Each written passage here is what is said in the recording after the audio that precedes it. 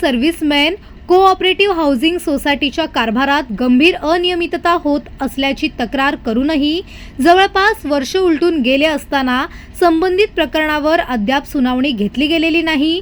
यामुळे संतप्त झालेल्या सोसायटीच्या सभासदांनी सहाय्यक निबंधक सहकारी संस्था सिडको विभाग नवी मुंबई यांच्या कार्यालयाकडे पुन्हा लेखी निवेदन सादर करत सुनावणी का घेतली जात नाही असा थेट जाब विचारला। त्यामुळे निबंधकांची सुद्धा एक प्रकारे भांबेरी उडाली।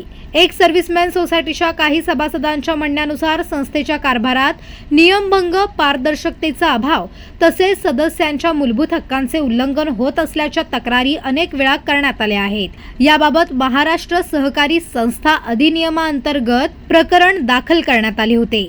तसेच 1 जुलै 2025 रोजी सुनावणी घेण्याबाबत लेखी अर्जही देण्यात आला होता। मात्र या सर्व प्रयत्नांनंतरही संबंधित प्रकरणावर कोणतीही औपचारिक सुनावणी घेण्यात आलेली नसल्याचे सभासदांनी निदर्शनास आणून दिले आहे। सभासदांच्या आरोपानुसार सोसायटीच्या मासिक तसेच वार्षिक सर्वसाधारण सभांचे मिनिट्स योग्य पद्धतीने नोंदवले जात नाहीत। सोसायटीच्या आर्थिक व्यवहारांमध्ये पारदर्शकता नसल्याची शंका व्यक्त करण्यात येत असून सभासदांना आवश्यक कागदपत्रे वेळेत उपलब्ध करून दिली जात नसल्याची तक्रार आहे।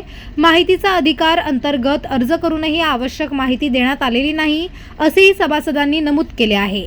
याशिवाय सोसायटीच्या विद्यमान समितीचा कार्यकाळ संपल्यानंतरही नियमानुसार निवडणूक प्रक्रिया राबवण्यात आलेली नसल्याचा आरोप करण्यात आला आहे। सहकारी कायद्यानुसार समितीचा कार्यकाळ संपण्याच्या किमान 60 दिवस आधी निवडणूक प्रक्रिया सुरू करणे बंधनकारक असताना त्याकडे दुर्लक्ष झाल्याचे तक्रारीत म्हटले आहे। दरम्यान सोसायटीच्या पुनर्विकास प्रक्रियेबाबत अनेक प्रश्न उपस्थित करण्यात आले आहेत। पुनर्विकासासारख्या महत्त्वाच्या विषयावर सभासदांना विश्वासात न घेता काही निर्णय घेतले जात असल्याची तक्रार सभासदांनी केली आहे। त्याचबरोबर संचालक मंडळाने इमारत खाली करण्याचाही तगादा लावला आहे। परिणामी अनेकांना भाडेतत्वावर इतर ठिकाणी वास्तव्यास जावे लागले आहे। त्याला लाखो रुपयांचा मृदंड सदनिका धारकांना सहन करावा लागला आहे।